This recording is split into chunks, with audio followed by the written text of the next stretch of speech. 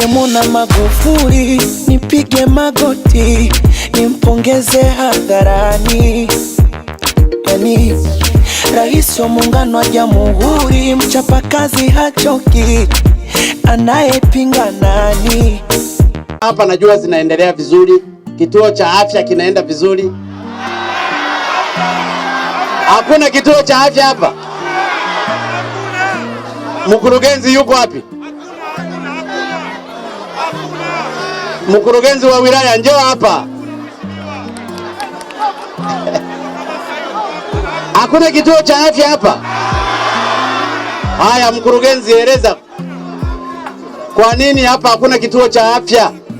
Mheshimiwa Rais, naitwa Peter Chuka Nabunga, kaimu mkurugenzi wa Mkuranga. Mkurugenzi ameenda kwenye semina ya uchaguzi. Kwa kusema ukweli kwamba kituo cha afya hapa tupo na tunaendelea kujenga, tunashukuru serikali yako imetusaidia, tumepata milioni 200 na sisi wenyewe tumeongezea milioni 200. Na bado kinaendelea. Kinajengwa wapi? Hospitalini. Jamani tusikilizane basi ndugu zangu. Kwa hiyo kituo cha afya kinajengwa cha milioni 400. Yes. Kiko wapi? Kiko hospitali kuu ya Mkuranga.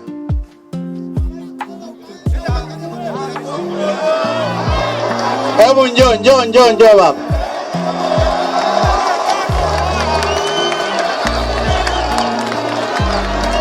Hebu mpe maiki huyu. Naenda pale maiki baba. Hebu eleza.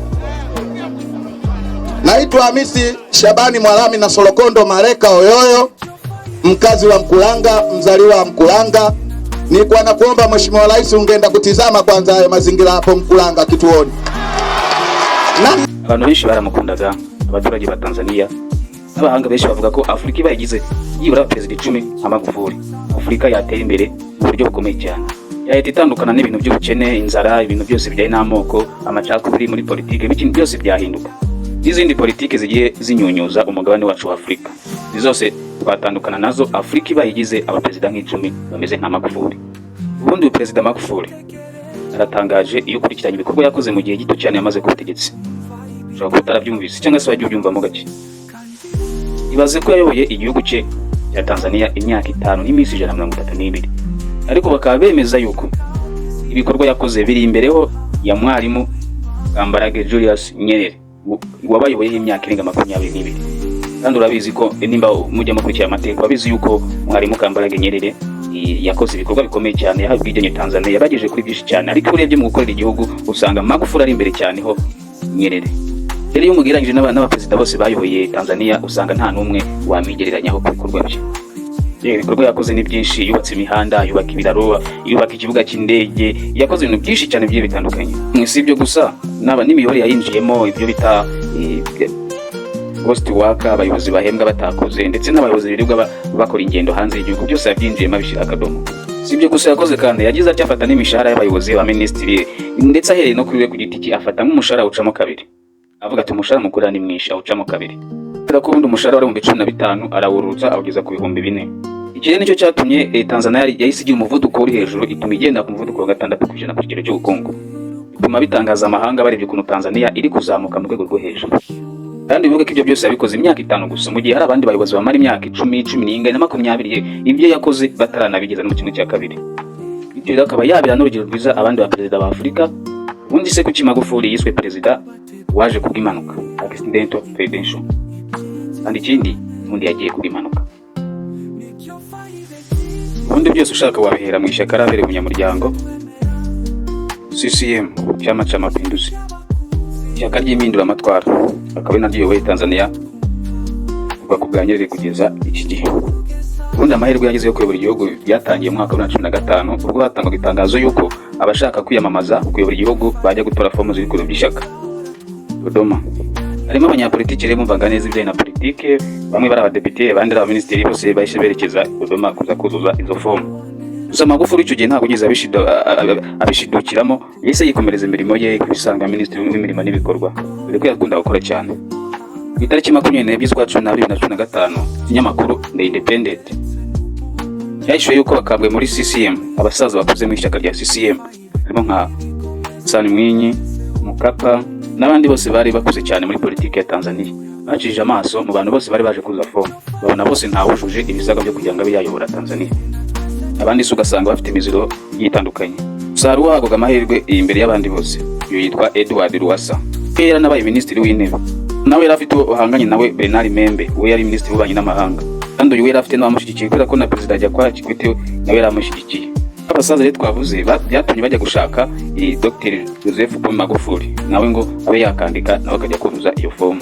Magufuli yabanje kubyanga kuko yumvaga ko bizatuma atikorera akazi ke, kuko akazi ke yumvaga ari akazi ko kugaragaza ibikorwa bifatika bwo kubaka imihanda, kubaka ibintu bikomeye cyane by'ibikorwa remezo mu gihugu yabarizwaga muri minisiteri yarayoboye. So abasaza bagumye kumwumvisha yuko akwiye kugenda nawe akuzuza fomu nawe akajya kuri liste y'abagomba kwiyamamaza kuba perezida. Sugira ngo ubwo urugendo se bwararutangiye. Gusa ukuntu yabigenje ntabwo yigeze ajya kwiyamamaza nk'uko abandi bakandida bagiye kwiyamamaza. Ntabwo yigeze ajya mu itangazamakuru ngo yamamaze. We yavugaga ko ibyo yakoze ubwabyo byivugira. Modoro bamaze no kumuhimba ngo ni tingatinga. Kubera ibikorwa bye bitangaje yakoraga. Ibikorwa byinshi yagiye akora, kubaka imihanda, harimo ibiraro, ibitaro, amashuri, ibintu byinshi cyane yakoraga muri minisiteri kandi abikora ngo bitaruhuka. Ibyo byarakomeje komite ishinzwe ijonjora ry'abakandida muri CCM yakomeje irajonjora ubwa mbere icyiciro cya mbere yajonjemo abakandida batanu. Batanu rero baratunguranye cyane ku buryo na Edward Lowassa yahabwaga amahirwe yibonye atagarutse ku rutonde muri batanu ba mbere bashyizwe ku rutonde. We uko yashinjijwe ibijyanye na ruswa ndetse n'ibijyanye n'imiyoborere itari myiza yamuranzwe mu mwaka wa 2008. Abandi bo rero nabo bari bihanganye muri politiki, uhereye kuri Bernard Membe yari minisitiri w'ububanyi n'amahanga, Juvenal Makamba nawe yari minisitiri w'intebe, aho Amina Sari yarahagarariye umugabane wa Afurika mu nteko nyarumi, kandi utibagiwe na Dr. Rose Muziro minisitiri w'ubutabera. Rero gashyiraho na Magufuli wari minisitiri w'umurimo. Urumva ko mu bantu bakomeye Magufuli ko ari we yari hasi cyane, hamwe n'ibyo bikomerezwa yari kumwe nabyo muri politiki.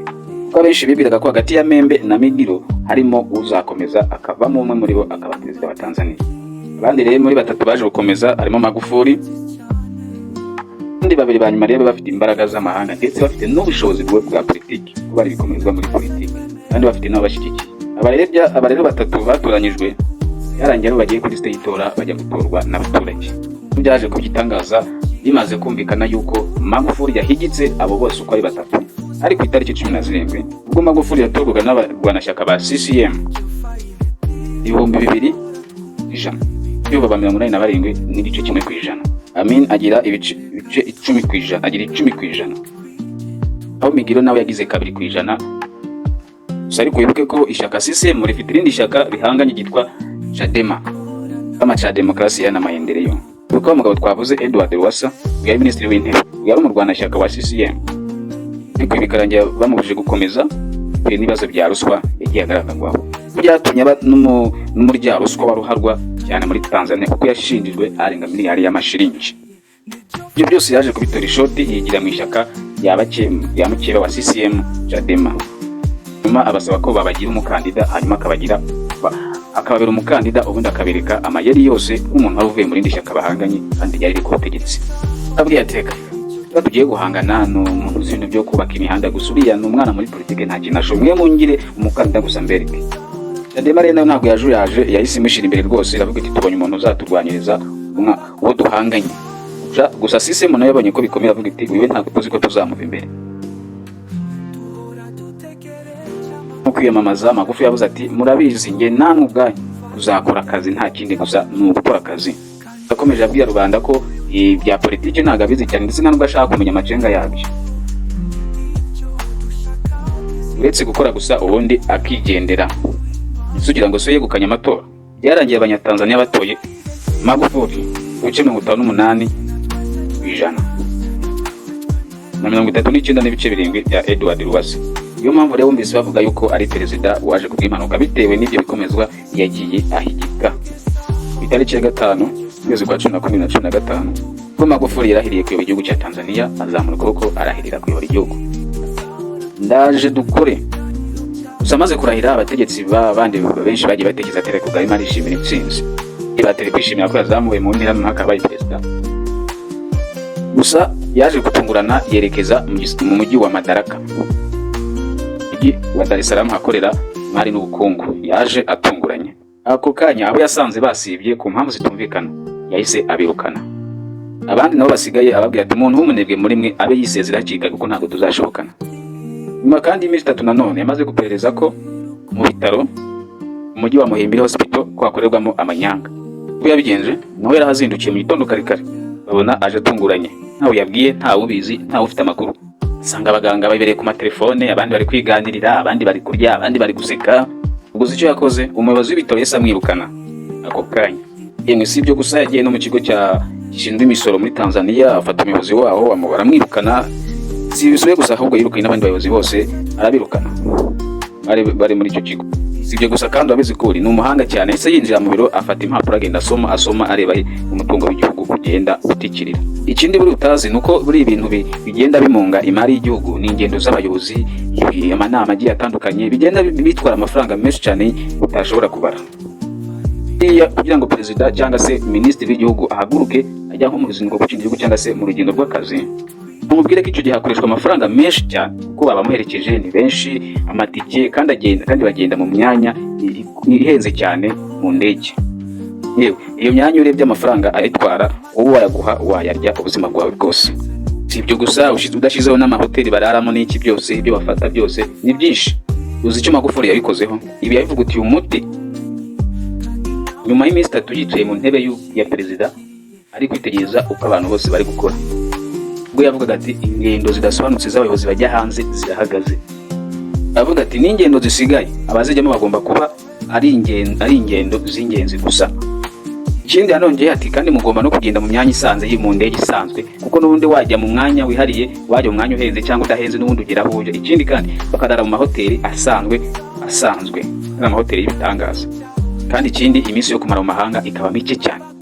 Urugero yese bufata kuri kuri Vice President we Madame Samia Suluhu Hassan. Yagomba kujya mu rugendo rukomeye muri Afrika y'Epfo. Minisiteri y'Ububanyi n'Amahanga yagerageje gutegura abazamuherekeza, imushakira abantu 12 bazamuherekeza bakajyana nawe. Ibyo babikuje Magufuli arabareba arabaseka cyane ati atagomba kujyana abantu batarenze 6 bonyine.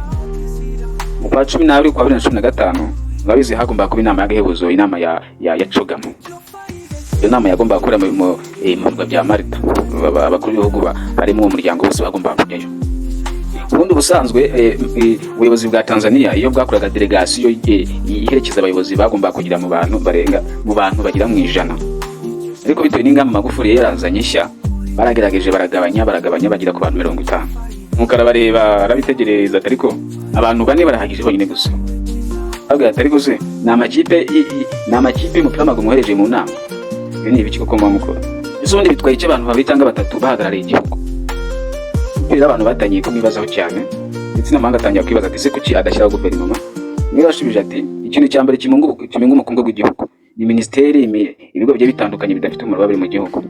Kuko mbere yo kugabanya umushahara nawe yihereyeho ministeri zari 30, ariko yisa zigabanya azigira 19. Zimwe zigenda zifatanya, izindi azigira ibigo bito kandi anadesezanya ko nizidakora zimwe zagenda zifunga.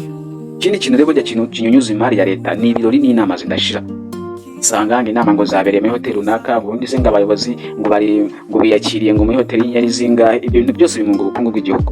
Buriye imeze gutyo, abashinzwe izo nama n'abashinzwe gutegura ibyo birori bakuramo amafaranga mu isanduku ya leta atagira ingano. Ikindi kandi utaruzi buriya leta yishyura akayabo gakomeye cyane kenshi k'amafaranga, kubyo leta ishaka kwishyura miliyari mu manyarwanda y'inama imwe gusa. Ibyo byose rero Magufuli yamaze kubitera imbone, avuga ati izo nama zose zirahagaritswe keretse inama ya ngombwa kandi inama ikenewe koko. Kandi nazo izo nama zikitabirwa n'abantu bake kandi zigakorerwa ahantu hasanzwe kandi zikabigiye gito. Ubundi abantu bagasoma imirimo bakoraga kandi ikindi bagasubira mu ngo zabo bakarya iwabo. Ikindi kandi yategetse ko mu biro byose bagomba gushyirwamo ikoranabuhanga bakajya bakorera inama kuri internet. Ibi bizwi nka video call. Naho ibijyanye n'iminsi mikuru y'ibihugu ngo iminsi ngongo y'abagore, iminsi ngongo y'iki, iminsi ngo y'ubwigenge, iminsi ngimeze gute, hano ngo iminsi ngongo yo kwibohora. Byose rabirebye ubundi abatumye baza ati ko ubundi mwibohoye iki? Ni iki muri kwizihiza mwibohoye? Ibya gutangaza ko ku munsi wo kwibohora bose bakwikiye amasuka bajya mu mirima barahinga. Kandi nko mu mwaka wa 2011 Tanzania yatwawe na miliyari 11, ari mufani yatwawe n'umunsi wo kwibohora y'Amatanzania. Ayose rero yesa yacungura ibijyanye ngo n'ibirori ngo byo kurwanya sida. Ibi byose abihagaritse ahubwo amafaranga ari gukoreshwa muri ibyo birori ayagura imiti yayo. avuga ati ariko mwabaye muti ubu hari umunyafurika ukwiye gutaraka akajya mu biro atarake mu gihe abandi rubanda inzara imwe bacegeta. Nimujye mwishinga abandi bagezeyo. Ubundi ni gute ku munsi w'umurimo abantu baruhuka? Ikindi kintu wamenya kuri Magufuli mu bijyanye na politike ye mu gutoranya abakozi. Undi gutoranya abakozi apana babandi badashoboye bandi bajanda wa undi kuko azwi na runaka apana niwe afite umwihariko mu gutoranya abakozi. Urabizi ko ibihugu byinshi bigiye bitandukanye muri Afurika usanga ubuyobozi bigiye butandukanye bari kugenda babushiramwo abagize imiryango yabo abo baziranye inshuti zabo akenshi bigiye kugenda bimeze bityo. Nyuma y'uko yafashe ministeri zari 30 bakazigeza kuri 19 yatanze imyanya yose igiye isigaye ariko asigaza ministeri nke. Avuga ko atari bwabone neza abantu baziyobora. Harimo ministeri y'ubukungu n'icungamari na ministeri y'uburezi na ministeri ya transport n'ibikorwa remezo ndetse n'iy'umutungo kamere n'ubukerarugendo. Bamubajije icyatumye izo ministeri azisiga yashubije ati ntabwo ndabona umuntu wa nyabo gushyira muri iyi myanya, mube munyihanganiye ndacyabitekerezaho, nta mpamvu yo guhubuka, hari abantu nyiri kwigaho vuba bidatinze urabona igisubizo. Mu gihe gito yise azano bita Professor Joyce Lazaro Jaco yakaba afite ubumenyi mu bijyanye no kwigisha gusuzuma integanyanyigisho rwego rwo hejuru kandi yabyize muri Canada, yanigishije muri kaminuza zitandukanye za Tanzania. Kandi yese yimika Dr. Philippe Isidore Mpango we azwiho kuba ari umuhanga mu by'ubukungu kandi yabyigiye muri Sweden. We yahawe ministeri y'ubukungu n'igenamigambi. Dr. Jumara Magembe yamuhaye umutungo kamere. Professor Makambe Ngaraho zonararibonye zose wongeyeho na Dr. Pombe Joseph Magufuli. Aba nibo bantu bayoboye igihugu kigenda ku muvuduko ushimishije. Aje kumaza bati mbese ibanga ryawe by'ibintu uri kugira ukoresha iki? Yashubije ati ubundi ibanga ryo kumenya umukinnyi ahagomba gukina ushyira umukinnyi mu kibuga ukamenya umwanya uri umushireho ni rimwe mu ibanga abatoza bakoresha kugira ngo bashe gutsinda. Kiro ubufasha nk'aba Messi, ba Cristiano n'abandi bagiye batandukanye ubafasha ukabashyira mu izamu kandi bakagombye gukina. Urumva ko umusaruro batanga waba utandukanye n'uwo bari gutanga ubahaye umwanya ubakwiriye. Uzi ikindi kintu yakoze, abantu bita ghost workers. Aba ni abantu bamunga ubukungu bw'igihugu. Leta ikabahemba badakora. Igiro nk'umuntu ari minisitiri runaka avuga ko muri minisiteri ayobora harimo abakozi 50. Avuga ko bose bafite ibyangombwa y'amazina ndetse n'impamyabumenyi zabo bafite zose, akavuga ko byose bihari kugeza no kuri konti za banki zabo zo guhemberwaho. Agafata urwo rutonde akarwohereza muri minisiteri ishinzwe abakozi ba leta. Ubundi minisiteri ikagihemba abakozi 50 kandi batabaho. Kandi wenda usanga muri minisiteri ayobora harimo abakozi 30 ugasanga abakozi 20 nuna amafaranga agenda anyunyuza leta gake gake. Ibi rero Magufuli yamaze kubitera imbone ku buryo mu mwaka mu ntangiriro z'umwaka wa 2017 yamaze kuvuga ko yavumbuye abakozi badakora, abakozi bangana n'ibihumbi 20. Tekereza nawe icyo kintu. Abangabo bahabwa imishahara igiye yose ifatika za misiyo leta igenda igenera abakozi n'ibindi bigiye bitandukanye leta igenera abakozi. Usibye byose umenye ko bikorwa nabo wakita ibifi binini muri politiki. Usano umenye ko bikuru umujinya mwinshi cyane kuba abanyapolitiki bameze batyo. Ndetse n'abaperezida bagiye batandukanye babazi ko abantu bahari ariko nabo ubwabo baba badafite ubushobozi bwo kuba bagira icyo bakora kuko bazi ko bakozeho ubutegetsi bwabo nabo bwahita bugira iherezo cyangwa se bwahita bugira ku iherezo. Basanga ugasanga ari nabo babyikorera ugasanga bari kunyunyuza imari ya rubanda mu cyayenge. Magufuli rero ntabwo yabyitayeho, yemeye kwiteranya nabo banyapolitiki. Nibwo yatangiye kugambanirwa haba mu gihugu ndetse no hanze yacyo. Kubera kano hose wacishe cyangwa se wanyereza imari ya leta yari yamaze kuhafunga. Hanze yari ikiboneka yuko nyuma kugira ngo nyereza imari ya leta. Ibikorwa byinshi nagiye akora bitangaza ariko wenda turebe ese wigeze wumva inkuru ijyanye n'umuhanda wa gari ya moshi. Yango mwumvise ko bavuze ko ibiciro bizahita byoroha ubuzima bworoha ko ibicuruzwa bizajya biva ku nyanja bitse bipakirwa gari ya moshi bigende ako kanya bitugereho ku buryo bworoshye cyane. Mu kwezi kwa gatatu mwaka wa 2018 hashotse inkuru ivuga iki: Rwanda Tanzania Agri Logistic Linear Optenda. Nyamakuru yanditse ati u Rwanda na Tanzania bongeye kwemeranya no gushushanya ku muhanda wa gari ya moshi uzwi nka Isaka Kigali. Ubundi byatangiye muri umushinga wa Karundura waruje kuturengera nk'abaturage ba East Africa tugorwa no kubona ibintu biturutse ku nyanja nko ku byambo nka Dar es Salaam cyangwa se Mombasa. Nyamara mu ntangiriro ya 2017 Magufuli yari yemeje gushyiraho akadomo yatangizaga umushinga nka Tanzania Gorge Railway. Umuhanda wa gari ya moshi agomba kwerekeza mu bihugu bitandukanye uzwi nka unlocked country, ibihugu bidakora ku nyanja. Ubwo umuhanda agomba kuva Dar es Salaam ukagera Kigali mu Rwanda, hanyuma irindi shami ryabo rikagera i Bujumbura i Burundi, nyuma irindi shami ryabo rikagera i Goma muri Republic Democratic of Congo. ikindi gice nacyo cyagomba kuva i Mwanza kikagera i Kampala muri Uganda. Urumva ko uyu mushinga ari umushinga mwiza cyane, gusa bamwe mu banyapolitike nabo bavuze ko bagize bati Magufuli nawe arigerezaho rwose, uyu mushinga ntabwo washoboka. Ariko nyamara Magufuli ibyamagambo cyangwa se iby'abanyapolitike ntabwo yabikozwaga. Kuwa kabiri ko mwaka wa 2017 yesa ashiraho ibihe by'ifatizo ndetse ategeka ko mu mashini atangira gukora akazi. Ikindi kandi bakajya bamwohereza bamubwira amakuru yose uko ugomba kugenda, kandi nawe azajya afata igihe ahagereye irebe ko ibikorwa bigeze. Kugira ngo mworohere uyu mushinga uciyemo ibice 7. Igice cya mbere yaratangije cyagomba kuva Dar es Salaam mu Rugoro kilometero 300, kandi nkubwira ko kino gice cyo cyamaze kubakwa cyararangiye. Kandi igice cya kabiri kwari kuva mu Rugoro ijya Makutora kilometero 426. Ariko iyo mirimo yose yaje guhagarara cyangwa se yaje gupfa igeze mu mwaka wa 2020, kandi yaje guhagarara igeze ku kigero cya 80%. Kino gice cyagomba kuva Makutora kijya Tabora kilometero 421, kandi byose byaratangijwe mu bice bitandukanye by'igihugu, ndetse na kampani zigiye zitandukanye zakoraga kuri umushinga zari zamaze kugaragaza ko ibintu bishoboka. Gusa nyuma y'urupfu rwa Magufuli kugenda gake cyane. Mu buryo rero uyu muhanda wo kuzagira Kigali cyangwa se wenda n'undi uzahagera wari kuva Isaka Rusumo. Aho rero ku Rusumo hari ni ku mupaka w'u Rwanda na Tanzania, wagombaga kuva aho ngaho ku Rusumo ugahita ugera Kigali. Ikibabaje nuko abantu benshi bari kuvuga yuko uriya mushinga kugira ngo uzozore izaba ingorabahizi. Bamwe bakanavuga ko uriya mushinga Magufuli ashobora gukora umanukanye no mu mvu cyangwa se wenda uzakorwa. Yewe reka tubitegereze tubihange amaso. 2017 Magufuli yatangije umushinga wo kubaka ikibuga cy'indege. Kwezi kwa mbere kwa 2021 iki kibuga cy'indege cyamaze kuzura. Indege ya mbere yahagurutse ku icyo kibuga. Bajya mwibutse ko imishinga nk'iyi ikomeye gutya mari ibinyacumi byinshi, buryo abantu babitangije cyangwa se abanyapolitike babitangije bijya kuzura baramaze gusaza.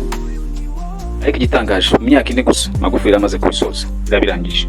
Gusa hari n'undi mushinga utigeze uvugwa, Julius Nyeri Hydropower Station.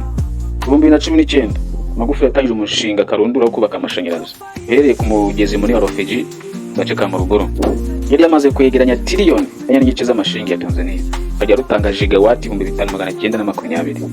Urugomero rugaragaza ko ari urwa kane kurusha izindi muri Afurika, ndetse rukaba urwa 9 ku isi hose. Ikibabaje nuko Magufuli yapfuye habura gatunga urugomero rutaho, ariko nanone rwacyacumbagira. Mu kwezi kwa 10 mwaka 2016 nyuma yuko Magufuli azengurutse uyu mujyi wa Dar es Salaam, ihandi birikomeye witwa Nyerere Road na Mandela Road, yitegereje areba amutaje imodoka zari zihari. Yesa ari igitekerezo cy'umushinga ukomeye cyane. Uzi icyo yakoze? Yamagaye abahanga mu bijyanye n'ubwubatsi, ababaza nimba bitashoboka ko bafata umuhanda bakanyuza hejuru y'undi, bagafata umuhanda bakunyuza hejuru ya Mandela Road, bidasabye kubaka undi ndetse no hasi bakawangura. Nabo bambwiye ko bishoboka, niko rero babwiye ko bagomba kubikora neza kandi mu gihe gito gishoboka. Niko gufatanya na leta y'Ubuyapani mu kwezi kwa 11 muri 2018. Neza uyu muhanda wamaze kuzura, baragiye gutaba umuhanda wa furayi uva mu kirere. Yahise ategeka ko bitirirwa Engineer Patrice Fugale. Uyu ngo niwe munyatanzania yabonye ubunyangamugayo kandi banakoranye na kuva mbere hose aki Minisitiri w'ibikorwa remezo. Ubwo yamubonaga ko ari umuntu ukunda umurimo, ukunda igihugu kandi wanga ruswa ndetse agakora ibyo ashinzwe neza cyane. Nyuma uyu muhanda urangiye ategeka ko witwa Mufunga Road. Abandi batereka uyu muhanda utitiriwe Perezida Magufuli ntabwo ibintu byakunda, bitewe n'ukuntu umuhanda wari wubatse unyuranyuranwamo. Abantu bose batangiye gutangarira uburyo cy'umuhanda wubatswe, tangira gutera ishyari abandi bategetsi. Icyatumaga n'abandi bategetsi bamwikoma niko nubwo bubaka ibikorwa bikomeye cyane ko byubakaga igiciro cyo hasi cyane kiriritse. Ndetse n'uyu muhanda wubatswe na miliyoni 45 z'idolari gusa. Yari abavuze muri Uganda yuko imishinga nk'iyi yubakwa mu myaka irenga nk'icumi kandi gatwara miliyoni nyinshi cyane zirenga magana z'amadolari. Ibyo rero umujyi wa Dar es Salaam wabaye umujyi utangaza ku buryo wabaye umujyi w'intangarugero muri Afurika y'Iburasirazuba. Byose bigaterwa n'ikirango cy'umuhanda cyangwa se umuhanda unyura hejuru ya Tanzania, unyura hejuru y'inyanja y'Ubuhinde. Ku burebure bwa metero bwa kilometero 0.1, ku burebure bwa kilometero 1.3. Ikiraro cya Tanzanite ni ikiraro cyambukiranya izinga rito ry'amazi. Uyu muhanda wubatswe 58 z'amashiringi ya Tanzania, ubundi azitangiza uwo mushinga. Ikibabaje niko yapfuye umushinga ugeze ku 93%. Iyo 7% ari isigaye yubatswe igihe kingana imyaka 3, kandi we iyo 93% yayubatse igihe kingana imyaka 2 gusa. Ibyo rero bitumye ugashaka kugipima abantu bubatse 7% usanga ko iyo abari bo bubatse kirakira kuva ku ntangiriro Magufuli adahari bari kujoka byibura imyaka 12. Ikindi kintu rero yagiye akora gitangaje ukuntu yazanye ubwikorezi mu gihugu cya Tanzania. Ubundi ngira ngo urabizi ko Tanzania ni kimwe mu bihugu binini cyane za Afrika, kilometero 557 kandi ikaba ari ku mwanya wa 12 mu bihugu binini kuri umugabane wa Afrika. Rero ikavuga yuko kugenda udakoresheje indege cyangwa se gari ya moshi bidindiza business cyangwa se indi shoramari mu buryo bukomeye. Rero kijya ku buyobozi yafashe ikigo cya Tanzania gikora kuri 2% kw'imigabane kizamura kigeza kuri 20%. Yabaguriye Boeing 722 mu gihe abantu bakibyibazaho kwa 2018 ongera agura ya base A 820 yegerekaho mu kwezi bakurikiyo iyo yitwa Dreamline. Uburyo ingendo zo muri Tanzania zahindutse iz'abantu babasha kuzigonda mu gice cyo hagati. Yewe ni byinshi yakoze. Ibi byatumye Tanzania igira ikigero cy'ubukungu umuvuduko wa 6%. Ibindi bihugu yabisize inyuma biri kuri 3%. Ikindi kintu Magufuli yarwanyije nuko usanga abayobozi kugira ngo bashire ikintu bikorwa usanga ngo ntuze ngo ntari ngasinye ngo habuze usinya ngo habuze ngusinya hano ngo habuze ubyemeza. Ibi rero abihinduye niba ari igikorwa leta igiye gukora igakura amafaranga mu isanduku ahita ajya mu kazi abindi bintu kandi ababirenzeho bakabihanirwa. Ibyinshi twavuga kuri Magufuli ariko se ndagira ngo mbwire wari bwigire wumva president wa Gereza ndagira ngo niba umuzi umwandike muri comment. Ntago muzi kwa president benshi bamumva batabikora nuko abafungiye muri gereza babumva arabanzi babo. Usanga akenshi abafungiye muri gereza bifuriza president babo ibihe bitari byiza. Benshi babona tekeza ko intambara ibaye bagafungurwa ariko byabari sawa. Mugiro nk'abantu bakatiwe burundu babumva habaye intambara ari byo byatuma wenda cyabo kimuka. Magufuli ibyo ngibyo ntabwo byarebyeho. Kwa 2019 yasuye gereza ya Butimba Mwanza ni nawe Yesu yatunguranye. Uzi cyabaye abagororwa bose bamubonye bahise basuka amarira nawe ati ndagira ngo twumvikane mucejeke mutuze twumvikane narinje kugira ngo mbarebe mukomeza gusakuza ndigendera. Umwe mu bagororwa we yatanze ikibazo bari barahungaho. Ndio baba, wewe kuna watu umewapa madaraka wakusaidie kazi, lakini baada ya kukusaidia kazi matokeo yake wanaleta vitu ambavyo vitakikuna usalama humu. Kuna watu umewatoa na pesa uchumi, anawapa simu, matokeo yake sisi simu zinakamata humu, tunanyang'anya karanga zetu, tunamwagia sukari, tunanyang'anya vitu vya usalama. Yupo mpaka leo hajahamishwa mpaka na simu aje ukabidhi ondoke nazo. Kuna watu huko na mihuri mpaka ya Ikulu, mpaka leo usalama ile mihuri akaifisha. Anaitwa Mazifiga, yuko hapa. Anaitwa nani? Mazifiga. Mazifiga yuko hapa. Yuko hapa. Akupe na mihuri na zile simu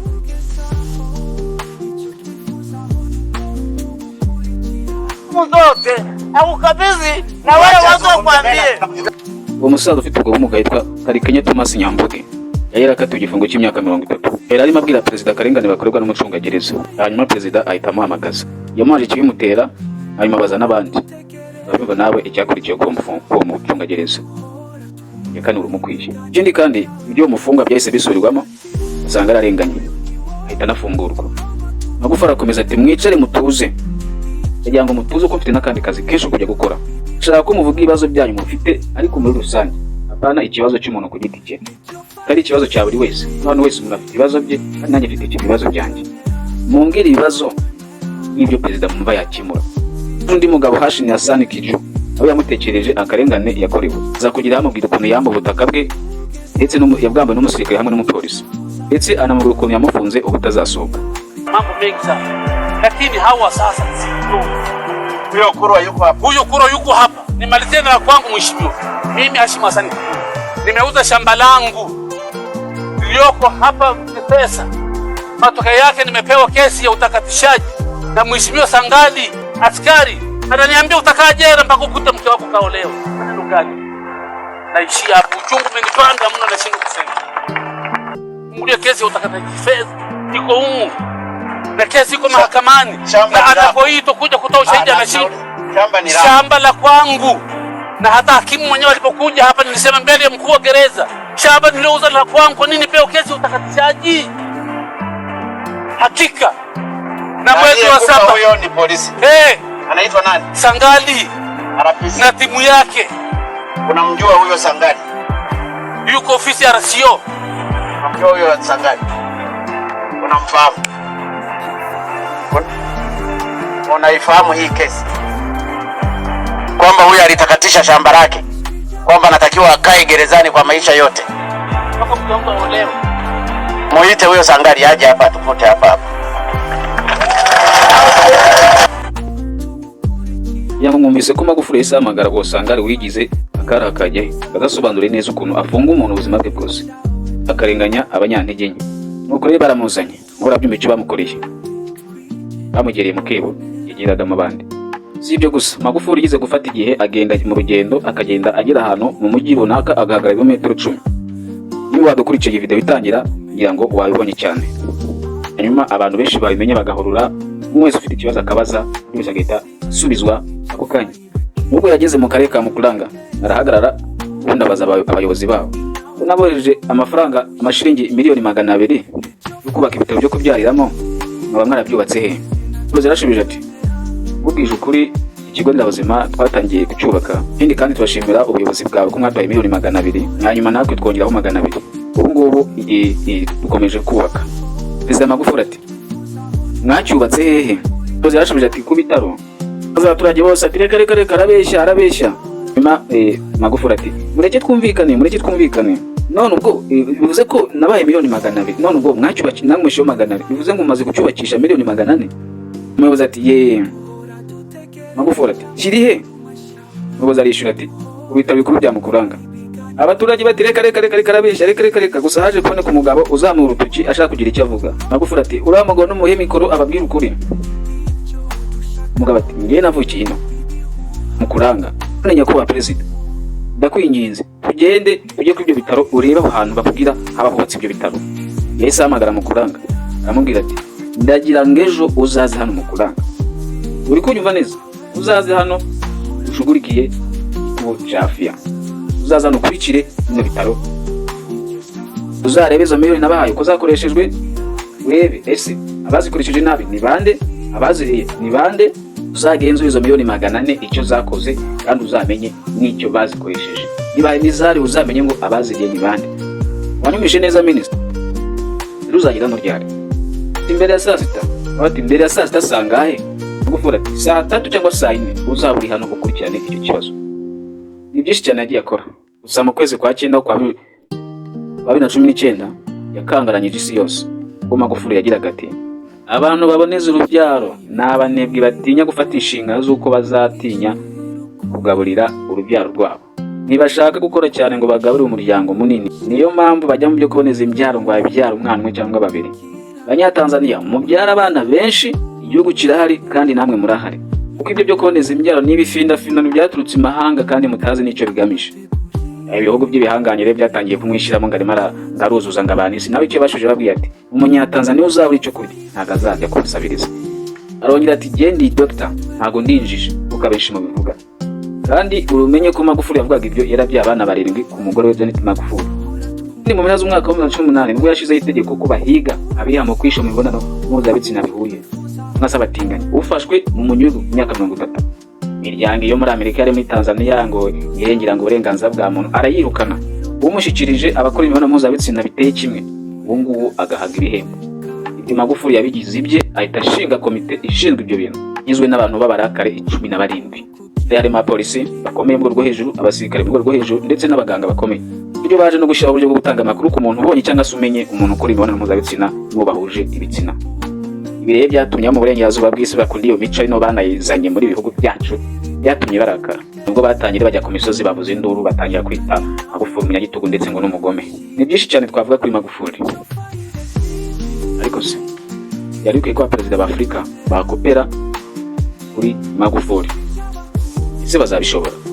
Ni byinshi twavuga kuri Magufuli. Biriya na corona ntago yabyihanganiye ko yaje kuvuga yuko ari ibifitirano ibyo bihugu byo mu burengerazuba bw'isi.